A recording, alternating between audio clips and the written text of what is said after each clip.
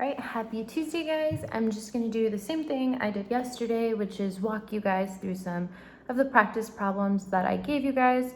Today we're gonna be focusing on power practice problems, so make sure that you get familiar with that formula for today. I posted the formula on top of this worksheet, so you would have it in front of you.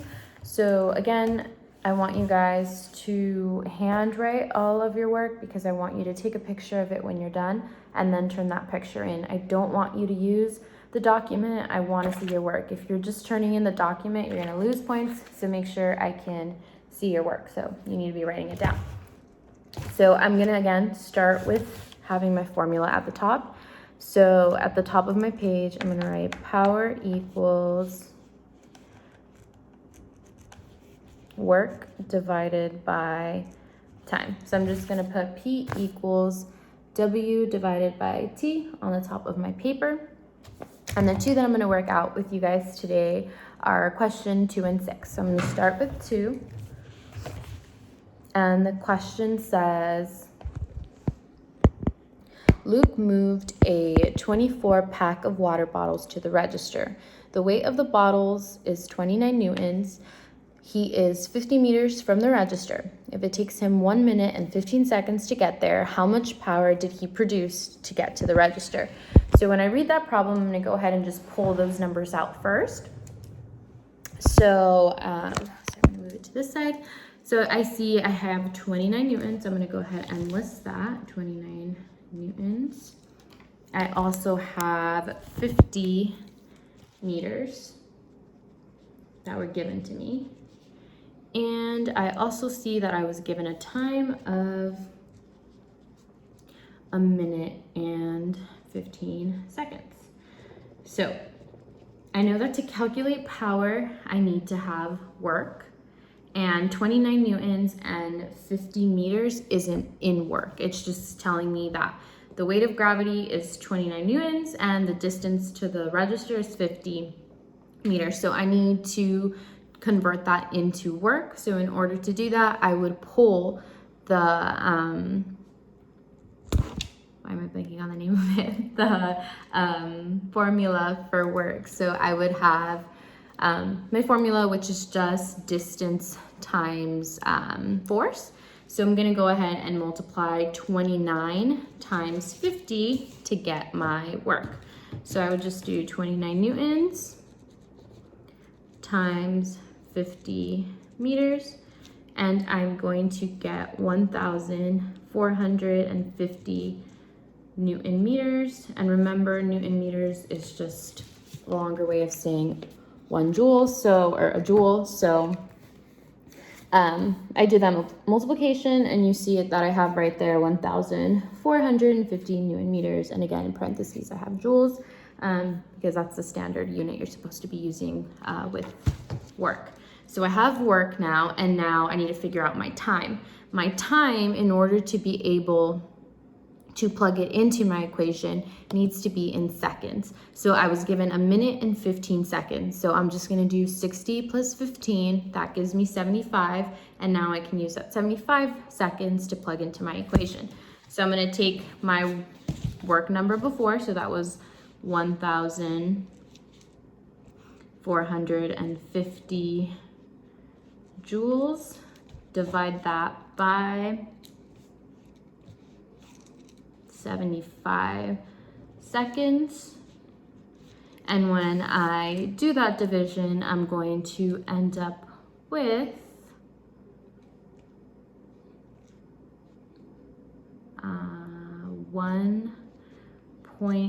give or take 1.9. I'm going to round to my nearest tenth.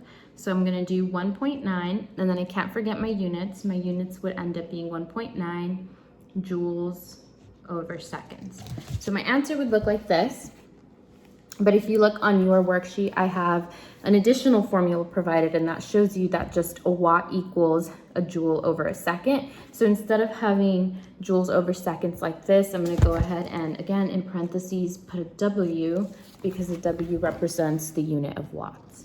So my answer would be 1.9 watts for number 2. So there's going to be another problem like that where you have to work out what the work would be before you can start the equation, but the other ones should be given to you. And again, if you have difficulty with it, you can go ahead and just email me and I can help you out with that. So the next question I'm going to work on is question 6. So let me just scroll down to that. And question 6 is 125 watts equals 10 joules over time. So I need to try to figure out what that time is. So I'm going to go ahead and write down the equation. So 125 watts equals 10 joules over T time. So in order to get the T alone, I see that the T is at the bottom. So in order to get it alone, I'm going to multiply the T so that I can cancel it out so it's not at the bottom. So I'm going to multiply by T, but again, what you do to one side, you have to do to the other side. And I know you're probably thinking, wow, this is a lot of math, but math and science go hand in hand. So there's that. So these T's would cancel out and I'd be left with T times 125 watts. So in order to get the T alone again, I'm going to try to divide now. So I'm going to divide 125 to both sides. It's going to cancel that out on this side.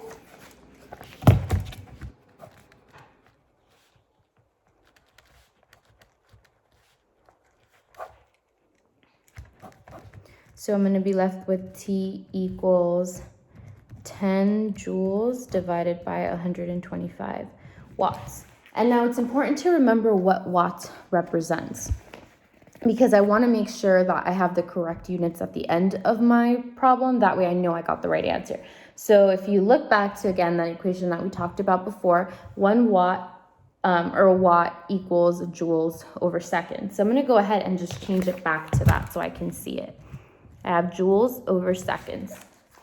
And when I see that I can cancel out these J's, because this J is, it's technically a J divided by a J. So I can go ahead and cancel that. And I'm left with just an S, which represents seconds. So when I do 10 divided by 125, I get 0.08. And then I just move my S over because it's the unit I have left over. And so it would be 0.08 seconds. And if I needed to double check my work, what I can do is just plug the equation in with the numbers to make sure everything equals each other. So when I do 10 joules, or I do just 10 divided by 0.08, I would get 125. So that's how I can double check to see if my answer is correct. But that's the explanation for those two problems. Again, if you need help, please email me. I will help you guys the best I can.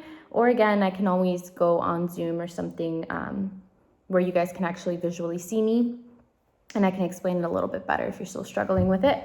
And just one more thing, I know that these assignments are due on Friday, and that's only to give you guys a little bit of extra time to complete them, but you shouldn't leave it all to last minute. So please don't wait until Friday to turn everything in, because you will have another assignment tomorrow. So you don't want to let it all add up. But other than that, I hope you guys have a great day. Bye.